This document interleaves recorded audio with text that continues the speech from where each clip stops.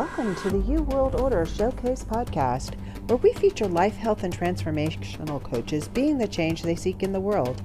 If you'd like to be featured on our podcast to share what you're contributing to making the world a better place for us all, please go to www.jointheyouworldorder.com. Be sure to like and follow our podcast for the latest episodes. Hi, and welcome to the You World Order Showcase podcast. I'm your host, Jill Hart, and with us today is Deborah Kat. She is a Tantra teacher, professional dominatrix, sex, intimacy, and relationship coach, podcast host, and she is all about helping people have sex and relationships they desire. Her podcast is called the Better Sex Podcast, and it's really our pleasure to have her come join us today. Welcome, Deborah. Thank you, Jill. I am so excited to be here.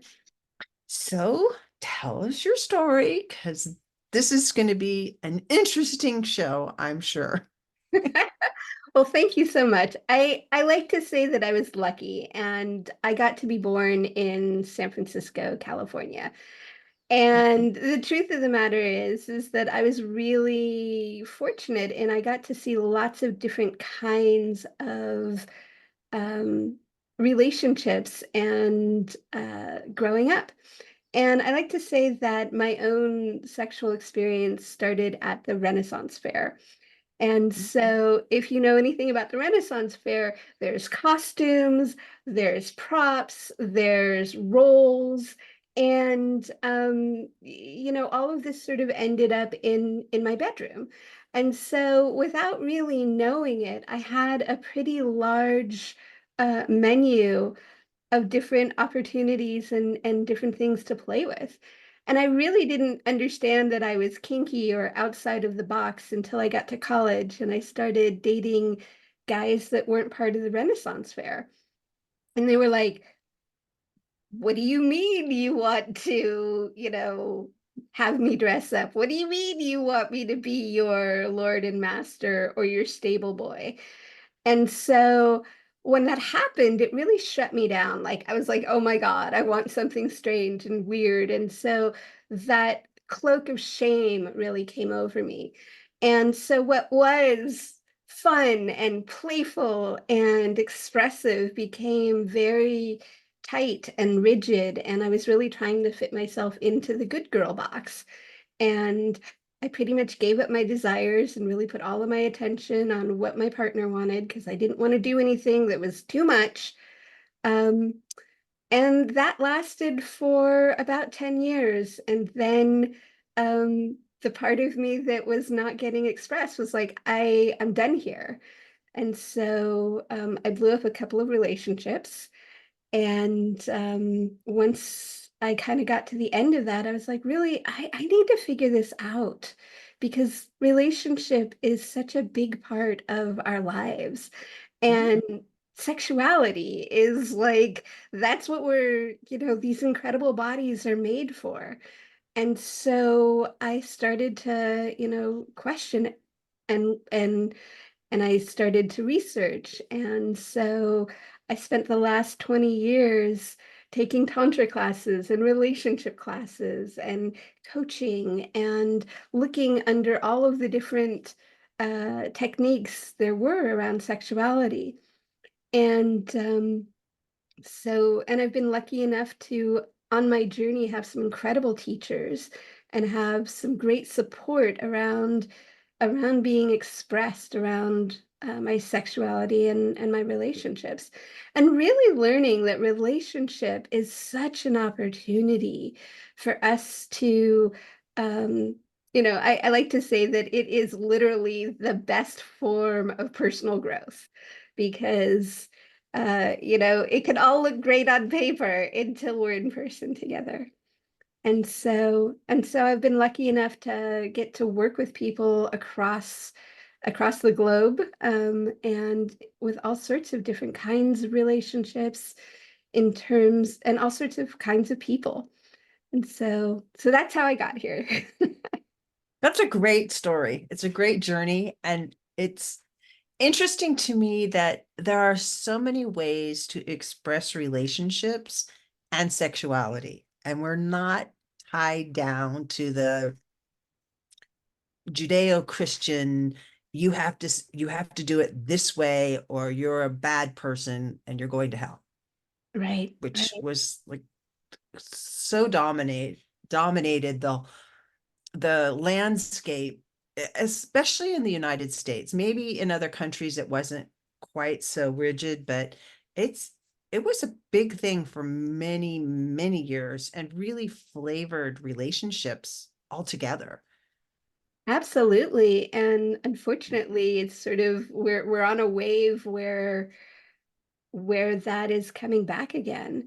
And I think there's so many different kinds of relationships, and one of the relationships that I don't think gets enough um of the spotlight is really tight platonic relationships, whether they're between women, whether they're between men, whether they're, across gender. But really solid platonic relationships are so important. And the same skills that we have, like relationship skills are across the board.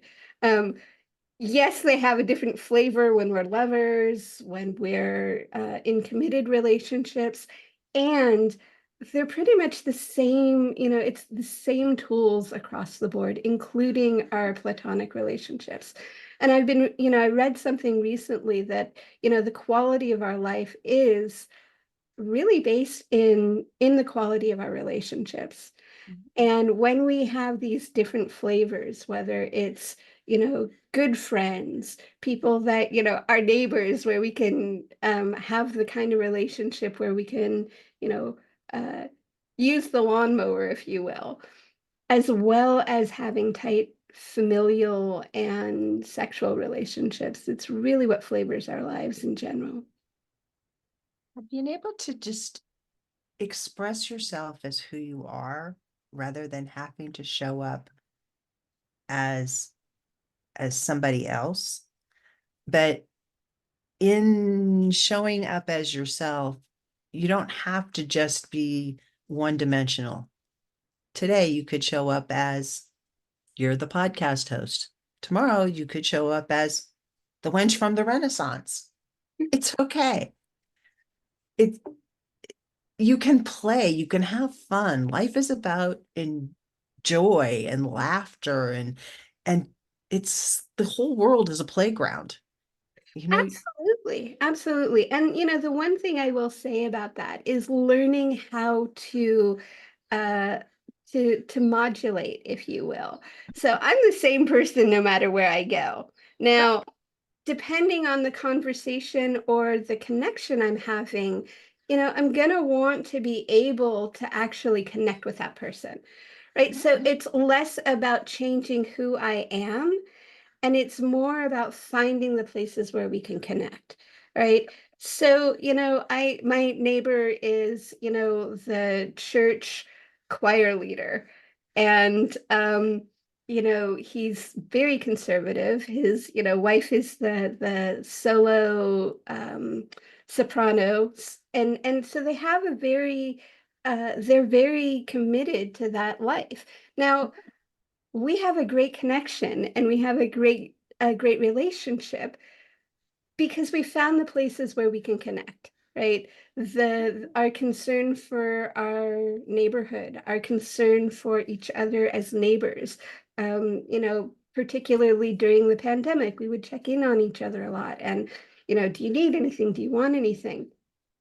And that relationship has actually bloomed into a much more vibrant relationship than I would have imagined. You know, it's a very different experience to be able to see them for who they are and be able to connect where we can.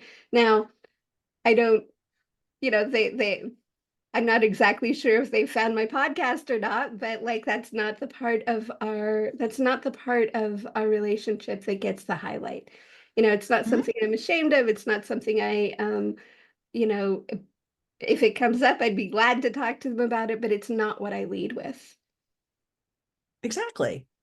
That's just we used to call it manners back in the old days, but it's knowing where where you can meet people and have relationships with people or conversations or experiences that they don't all have to be the same experience with every person that you run into.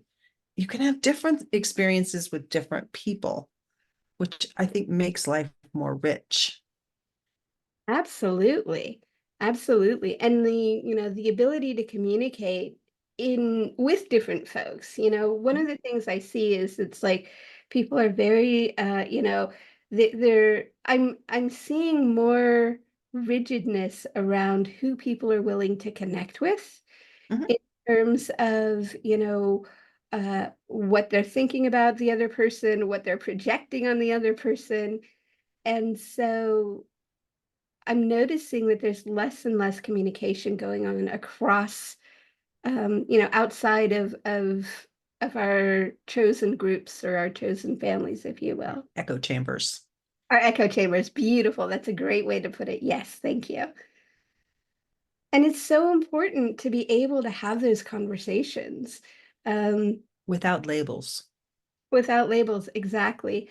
I run an event called Tantra Speed Date, and one of my favorite parts is we all stand in a circle and we say, we answer the question, what's one fun fact about you? And invariably, the person that you would least expect is the person who has you know, taken a picture with Oprah or climbed Mount Everest or is speaks 10 languages. I mean, it's always I love that particular moment because I always get challenged there, because it's so easy to just look at somebody and decide who they are Mhm. and not actually have that moment of like who are you, like what is your dealio. And be open to letting them just be who they are and not have to make an opinion about all the facets of their life based on one small comment. Absolutely, absolutely, allowing people to be who they are is so important. And I think, when I think about my own relationships, I've been with my partner for over 24 years. And, it started out, we weren't, I was not expecting it to be a long-term relationship. But the thing of it is that this is the place where I feel gotten. This is the place where I feel safe. This is the place where I feel appreciated for all of my many facets. I mean, he doesn't go on all of my adventures with me, but he's like, okay, babe, I get it. This is who you are. And I appreciate part of that for you. And likewise, he has a very different way of being in the world than I do. But the fact that there is, that we can communicate about that we have great communication and that he's clear about what his yes is and his no is, and which rides he's willing to take with me and which rides he's just going to sit out. Like being able to have that kind of power in your relationship, to have the power to say yes and no, to know what is right for you, and to have, a partnership where it's like you can find the balance that works, if you will. I have a I've been married for 30 years, and my husband and our lives are much better now than before. We had 3 kids in there. I have 2 other kids that are much older. And it's we have always been able to communicate with each other. Hmm. And we're both the kind of people we need space by ourselves. And even though we're both home all the time, he used to be a truck driver, so he's gone a lot, which is why I need all this space. Just like, I don't need you hovering over me 24/7. I have my own life to live.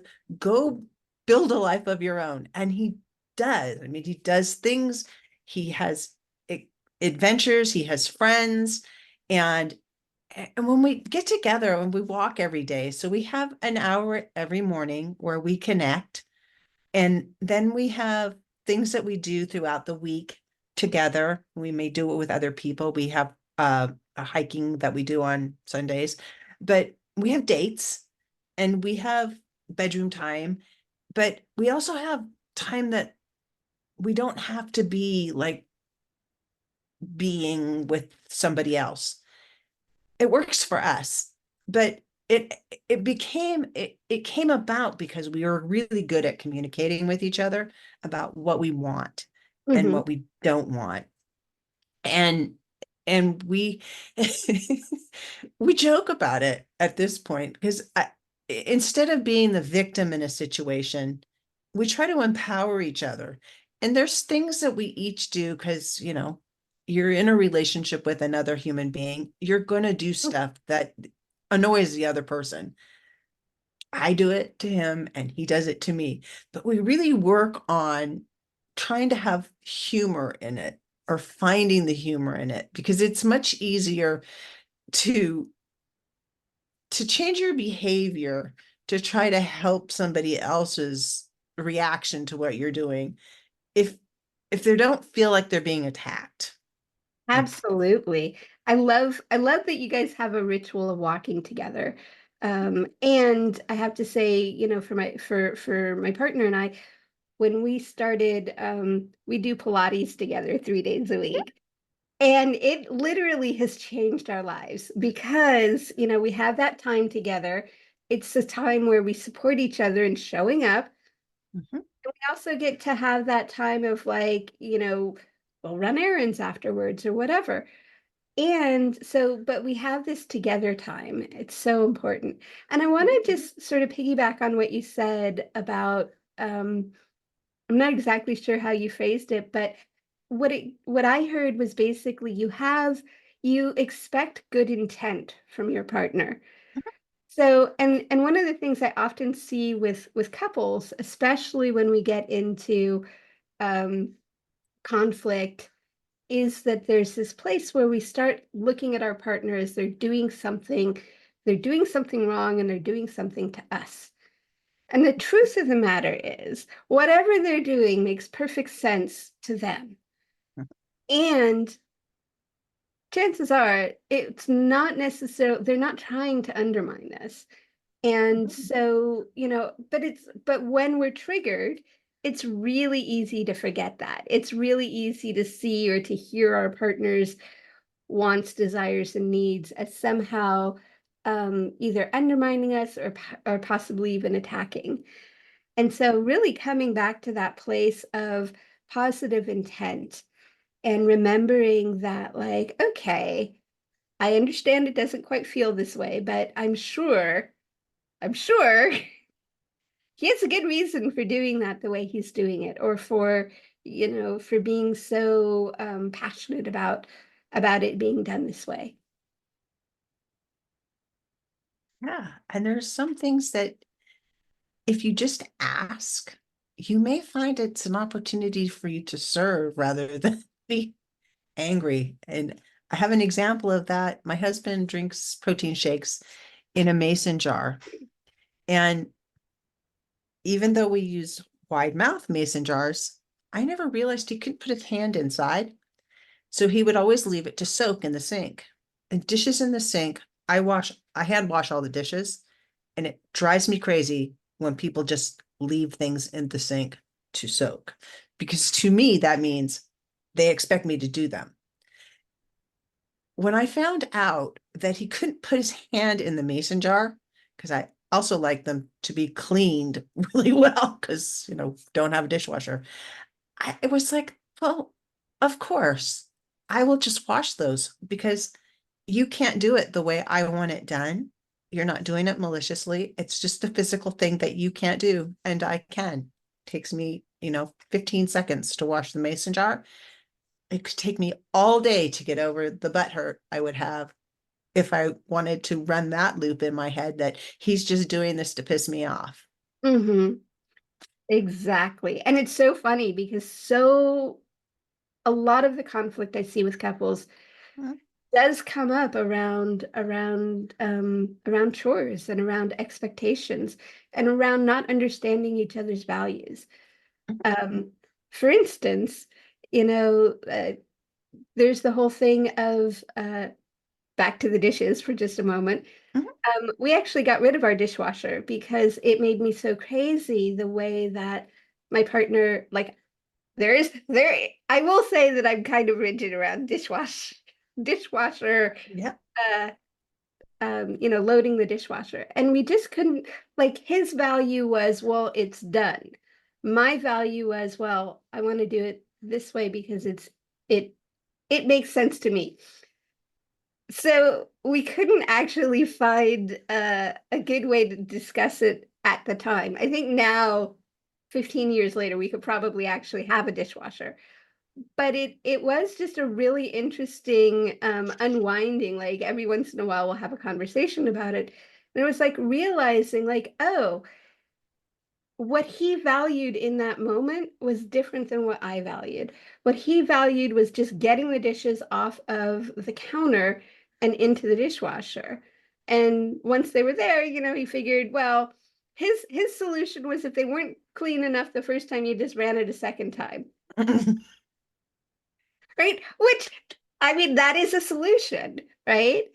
And so, what we're pointing to here with dishes is, the way that we actually unwind conversations and we unwind some of the things that get really sticky is starting with the idea of positive intent, finding out like, well, what is the value that what is the thing that's valuable to the way that you're behaving? And how can we find a solution for it? I don't suggest getting rid of the dishwasher.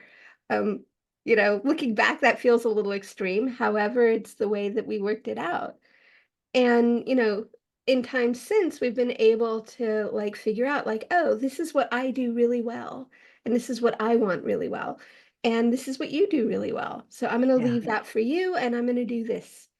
And finding those compromises, takes it can take some wrangling and some edgy communication, if you will.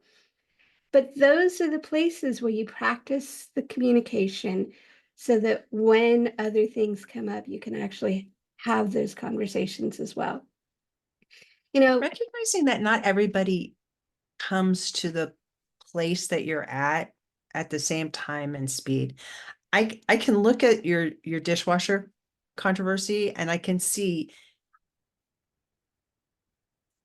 putting myself in your position because I feel this way. And I did have a dishwasher 20 years ago, but I got rid of it because I had three kids and a husband and a father-in-law who all lived together and they didn't value cleaning the dishes as well. And I hate emptying the dishwasher. I'll unload a dish tray, but I hate emptying a dishwasher.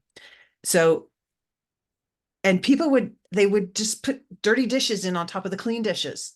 And that would drive me crazy. It's like, just empty the dishwasher, then put your shit in there. But anyway, I'm really big on clean dishes. I want the dishes to be clean. And just hiding them isn't the same as cleaning them. And that was a lot of, putting dirty dishes on top of clean dishes instead of like just doing the thing. So my husband isn't really good at cleaning dishes. I've been doing dishes for 60 years. I always had to do dishes when I was growing up. I'm good at it. I can do it quickly. He's learning, and I have to have patience with that. And sometimes I just need to redo it and not make a big deal about it because he's trying. yeah, absolutely. I mean, there's all those different phases too of Mhm. like, you know what? It's just not worth the argument.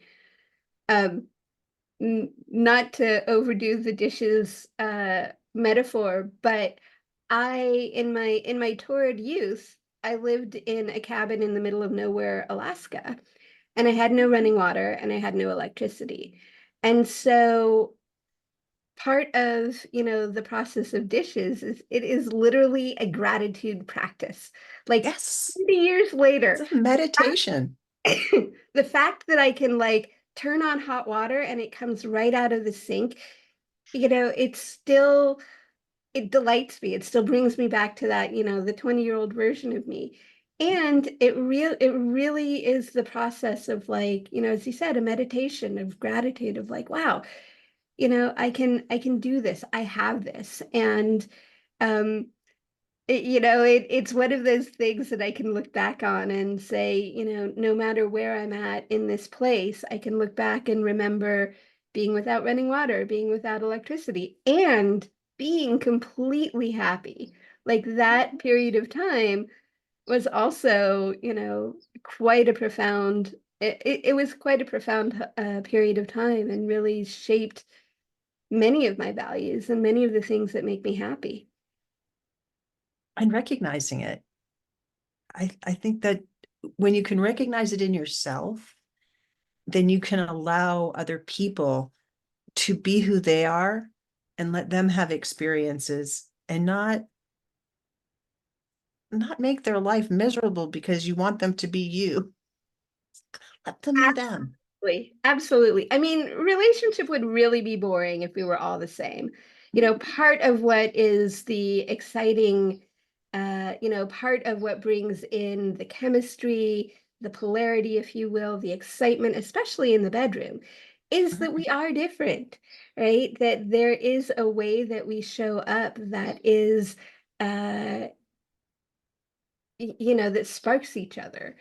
And so, when we know more about that, when we're willing to be ourselves and bring that to the bedroom, and when we're willing to not just accept but celebrate those differences, Mhm. that's where and when the magic happens.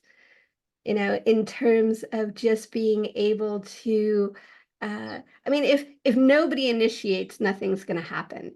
If Mhm. you're always initiating and nobody's actually responding, nothing's going to happen. There has to be that, someone's initiating, someone's responding, there's a give and a take, and, sex looks different for so what we see in basic culture is two people coming together. There's a little bit of foreplay, maybe there's some kissing, there's escalation, there is climax, both people climaxing at the same time. Oftentimes they're sort of in this swirly, like, the music and the swirls and the camera angles and all of that good stuff. And then the next thing you see is napping.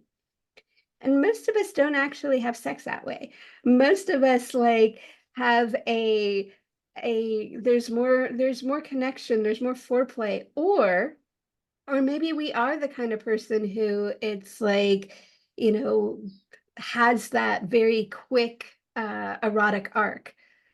Mhm. But most of us have a different have a longer arc. Most of us need a little bit of uh anticipation, right? Mhm. And most of us need a little bit more, um, we don't need three different positions, or we don't need it to look exactly the way that it looks, that we see other people doing it. It's like we all have our own way of doing it. One of my favorite tools that I like to use is the erotic blueprints. And the erotic blueprints is this idea that there are different ways that we are sexual, and there are different ways that we're sensual and that we're aroused. And so some of us are very energetic, and it's enough just to gaze in each other's eyes. Some of us, that does not do. Like, we really need that friction and that temperature and that connection. And then there's everything in between.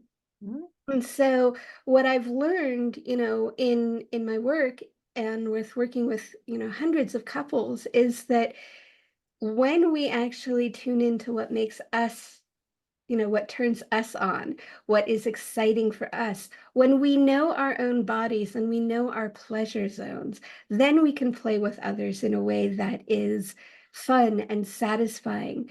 And,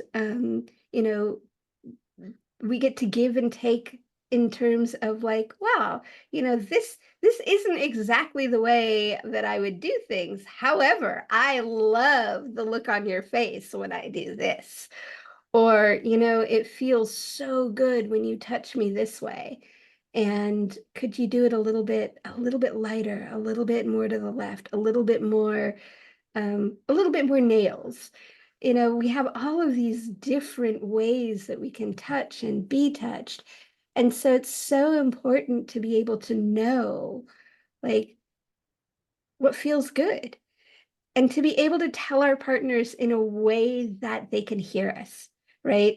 One of the biggest mistakes that I see in the bedroom specifically is when something doesn't feel good, it sounds like, nope, that doesn't feel good. Do something else. Versus, oh, you know what? I would love just a little bit more pressure and a little bit to the left, and that would feel so much better. And so, kind of being able to talk to your partner in a way that doesn't make them wrong, that appreciates, like, oh, You're there's making an something. effort. Well, they're making an effort. And again, coming back to the positive intent, it's like they want me to feel good, right? And so, being able to communicate that in a way that feels good, that feels sexy, that's like, oh, I'm not wrong. And if I do it just a little bit this way, it'll be even more so for both of us. Because most of us get pleasure from our partner's pleasure, right? Mhm.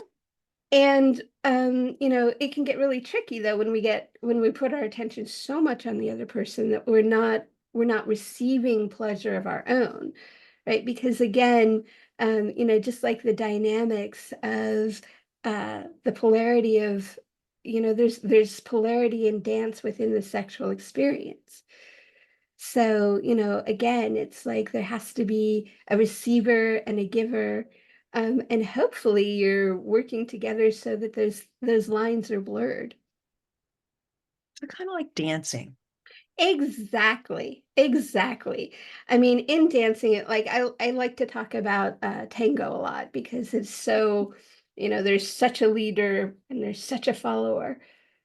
Except for when you're actually dancing, you have to be able to feel into the movement. And so it's always a response. It's always a reaction and a response and exactly. Yep. It's we call it a leader and a follower, but it's really two people working together. They just have different positions that they're playing or Right. roles they're playing. Well, and one of the things I like to talk about in relationship is there's there's two people and then there's the third, or what is this relationship about, right? Because it's like, and if you're in a long-term relationship, and I'm imagining you've had this experience, like what the relationship about changes. Yep. You know, in the beginning, it can be about, the acquiring and consolidation of wealth or having children or, but generally speaking, as that relationship ages, it's more about support and companionship. And so, really noticing where you're at with the relationship and are you guys in the same place? Mhm. Super important. And allowing yourself to be able to change and adjust, especially as you age. Like I can say my life is so much better after menopause than it was before menopause. And our sex life is much better. Before menopause, you're always worried about, oh God, am I going to get pregnant at an inopportune time? Hmm. I mean, that consumed a lot of my life when I was young. But after menopause, it just, I'm not going to say you stop caring, but you care in a different way. It's like you can have more fun. You could just show up. Guys tend to show up in the bedroom and they're ready. They want to have fun and have an experience. Women, a lot, I'm not going to say all women, but I used to show up thinking, I want to have fun. Oh God, I hope I don't get pregnant. I want to have fun. Oh God, I hope I don't get pregnant. And so there was always that thing that held me back. Yeah. And and and now that's all gone. It's just like I can show up, I can have fun, we can have a good time, we can play, and it doesn't have to be mission driven. And there's times when people want to get pregnant, and then it's like, we're in here for a reason and we're gonna get the job done. And that puts Right. all kinds of different pressure on you. There's just like different stages in your life offer different opportunities and different experiences to be had and shared with a partner, more than Absolutely. one partner. Absolutely. And thank you for bringing that up because I think, it's one of the things that I like to talk about, especially with my, the men that I work with who are dating. It's like it is really important for you to be in charge of your reproductive health. We talk a lot about women and women's reproductive health, but gentlemen, it is you have a big part in this. And Mhm. so knowing your own cycle, knowing, your arousal cycle, taking precautions is very important because, pregnancy is a beautiful thing when we want it. And, it can be incredible experience and talk about a freaking opportunity for personal growth. Um, you Oh know, yeah. that is the ultimate, I think. Relationship is big, but parenthood is really incredible. And so being ready for it is important. And being, a not just a willing participant, but an active participant in your Mhm. own reproductive health is so important. And, for the gentleman, again, it's like, as Jill was saying, that is a real concern that we women have when we're in a sexual experience. So having you be on top of your reproductive health, having condoms, knowing your cycles, being able to have some, for lack of a better word, relationship with your erection and your ejaculation is so important because it's going to help your partners relax, right? Mhm. There is nothing a woman wants to hear, sweeping generality, than, babe, I got it. I have you, I'm handling it, and you can relax here.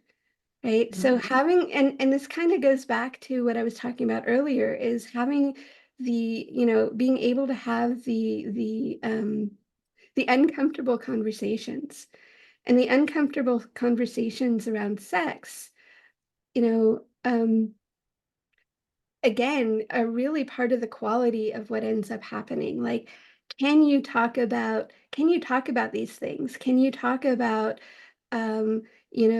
what you like, what you don't like? Uh, what is who, the responsibility around the reproductive health pieces, around STDs, around, what do you what do you want? What is your, and what does this relationship and the sexuality mean? Right. So for some people, again, we come to sex for different reasons, right? Some of us just want some stress release. Some of us, this is a place of deep intimacy and deep spirituality. For some of us, this is a place where we can be vulnerable.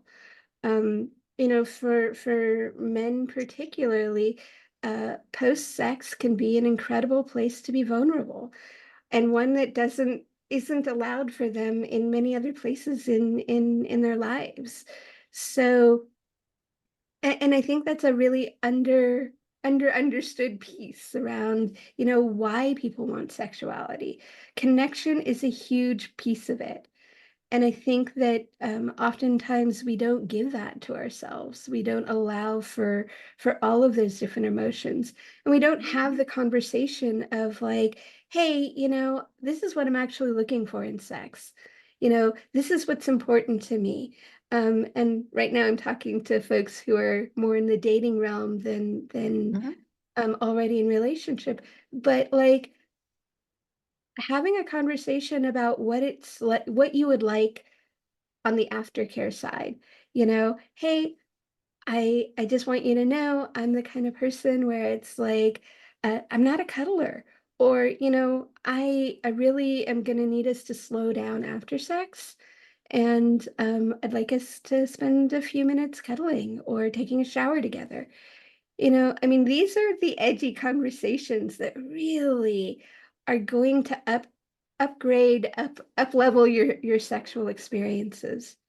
I can give you another one too, and that is understanding your partner's cycle. Mm, There are women today, and my daughter taught me this when I was young and still having periods.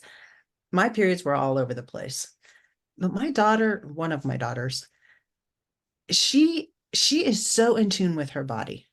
She knows when she's ovulating, she knows when she's going to start. She just knows her whole cycle.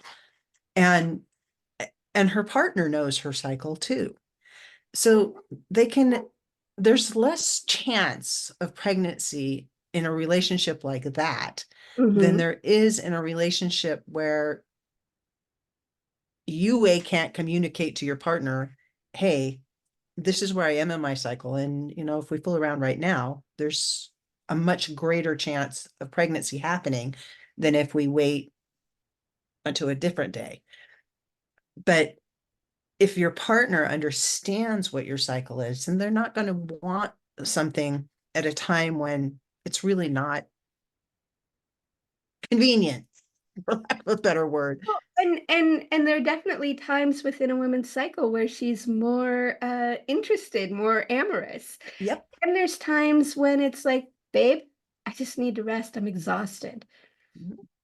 And men also have a cycle, but it's more connected to their stress level, right? Mhm. So for some men, when they get really stressed, they want that that stress release. For Mhm. other men, when they're incredibly stressed, the last thing on their mind is sexuality. And so, again, knowing your partner's rhythms, knowing your partner's cycles, um, can be so helpful. And also, the one of the things that I hear often is like, well, I want it to be spontaneous, like when we were dating. And I just want to say that the truth of the matter is it wasn't spontaneous, right? You had a date on Friday night. It was Wednesday. You were figuring out what you were going to wear. You were thinking about it. You were like, oh, we're going to go to dinner and then drinks and da, da, da, da, da, da, da. So none of it was like 3 days of anticipation.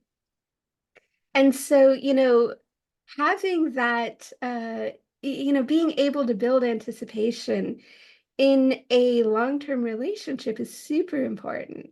So having those dates, having celebrations, having rituals, having conversations, trying new things together, super important to keep that juice alive and to keep that, the sexuality and the sensuality going. Um, yeah. And one last thing I just wanted to add in about sexual energy, since we've been talking a lot about, is that sexual energy is creative energy, and it can be used in so many different ways. We've been talking a lot about, pregnancy and having children, and of course, that is one way that we create.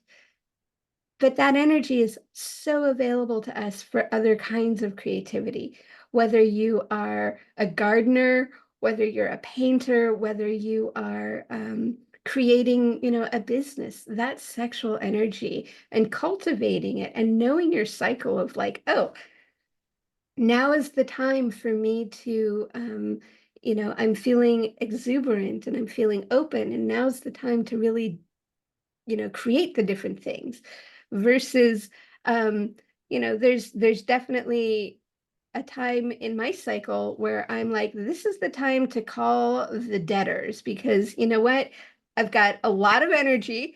It's very direct. It's the time when I need to call my bank and say, I need a different rate on my credit card. Like, we've got different cycles, and it's more apparent in women. However, gentlemen, you have it too. And I invite you to notice, what is my cycle? I'm a big believer in uh, the moon and, tracking the moon, because if nothing else, at the full moon, that's a time of release, right? It's a time to clean and clear. The new moon, that's a time to plant seeds. That's a time to plan. And so, you know, whether it's actually true in the astrological world seems to work for me, but I do know that just like having those different cycles, having a time for clearing, having a time for planting, um, is really, adds to the creative process, adds to the sensuality, adds to the sexuality, and supports really beautiful relationships. Does for sure. So how do people work with you, Deborah? Oh my goodness. So thank you so much for asking. I work with couples and singles as well. I work online and in person if you are in the Silicon Valley Bay Area. And you can find me at deborahkat.com. And there's an opportunity for us to have a short conversation to see, what's going on in your world and are we a good match? And if not, what are some resources that I can point you to?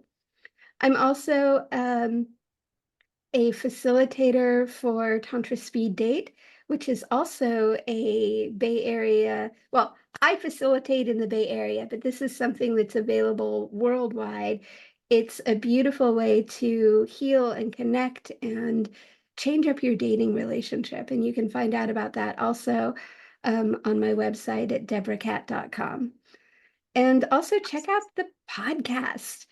The Better Sex Podcast. It's available on Apple and Spotify and all the good places. It's also available on YouTube, and I'm moving towards being more video oriented on YouTube. But the Better Sex Podcast, where we have unfiltered conversations about sex and relationship, and yeah, I'm also on the socials for as Deborah Tantra Kat, and that's DeborahTantrakat. And I invite you to check me out. And I'm always happy to answer questions and yeah, check it out. So what's the one thing that you hope the audience takes away from our conversation today? Oh my goodness, such a great conversation. Thank you so much, Jill. It's been so fun. I know. Thank you so much. What do I want people to what do I want people to walk away with? I think overall, I just really want to invite you to get to know your own, we talked about cycles, to get to know yourself and to know that your relationship, that your sexuality is unique and that you get to create what works for you. You're okay. Thanks so much for joining me, Deborah. Oh, my pleasure. Thank you so much, Jill, for all that you do in the world and for having me as a guest. My pleasure. Thank you for joining us for the U World Order Showcase podcast. Remember, if you would like to be featured on this podcast as a life, health, or transformational coach, please visit www.jointheuworldorder.com. We look forward to talking to you next time as we present another life, health, or transformational coach being the change they seek in the world.